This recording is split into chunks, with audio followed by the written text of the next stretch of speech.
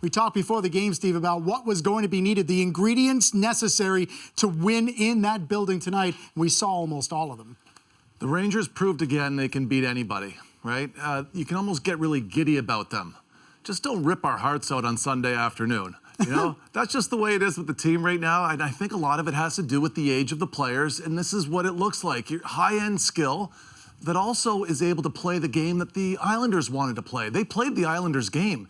They played it hard. They played it in front of their net. And they won that game. They won that game because they managed the chaos in front of their net. And they created chaos in the offensive zone in front of Varlamov. That's the game. And I'm happy for them because you have to know that you can win like that because you have to win many different ways in the playoffs. And when you get there and you become a team, you can lean on these experiences, which is, again, I'm going to go back to the fact that these games matter. They matter right now. That was a playoff game. The kids got to play a playoff game. Miller had almost 24 minutes played. He was outstanding, right? He played more than Fox. Kakko was awesome. So these kids are gaining all of this experience under those conditions, and they're still in the mix here. So outstanding on them. And the youngest of them all was the first goal scorer, the first overall pick after a scoreless first period, early second.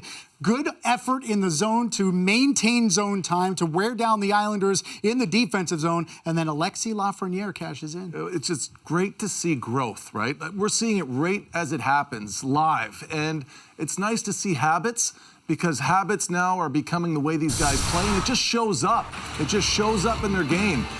It's a coach's message over and over again until you start to just do it. It's go to the back post. They have two guys there. You got two young guys in Lafreniere and Hedl, back post, after the play comes to the net.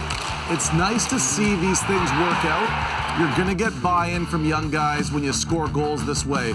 This isn't always the way that you score when you're a junior hockey player, when you're a youngster in college, but when you are actually feeling the results happen right in front of your face like that, they're going to buy in. They're going to do it again. And as long as they do it again Sunday afternoon, they're going to have success again. And speaking of buy-in, what David Quinn wanted from his team tonight was to win more board battles, win more 50-50s. Yep. We saw that through much of the evening, and a lot of it came from Ryan Strom's line. Strom's line was awesome. I thought Kakko was also great along the yellow. But when you watch Panarin and Strome and Blackwell, there is support. There's support in all three zones. Nobody's left out there on a vine to die, and the play doesn't die on their stick. I thought they took their chances after the first 10 minutes of the first period, smartly off the rush. The risk in their game was a lot less, and that helped them have more zone time. It's important against the Islanders to play in their zone. Wear them down, get the puck into the areas where they can then retrieve, and you see Blackwell there go. That was a purposeful play. I got to talk further with Joe about that. That was off the shin pad on purpose. But when you see the guys then support and get in position, there's open ice being used here from Strome, right? So he's feeding and yelling, and there's a lot of communication here. Panarin's talking, here, here, here, and then you get the jump. Blackwell finds himself in that hole, and there's room because you're putting the goalie in a tough spot. He's trying to locate a broken play. It's a bouncing puck. Talk about zone time, all right? On an entry to then follow it up, do you see how the D can pinch? Miller's played a lot of hockey at this point in the game, and he's still aggressive. It says a lot about his brain, his ability, his technique. It says a lot about his physicality. He's really showing up right now, John, where it's not affecting him the length of the season for a collegiate guy going through the first year in the NHL, especially with this condensed schedule. A lot of attention, though. You see the puck going around the yellow here. That's where the Islanders want this to be.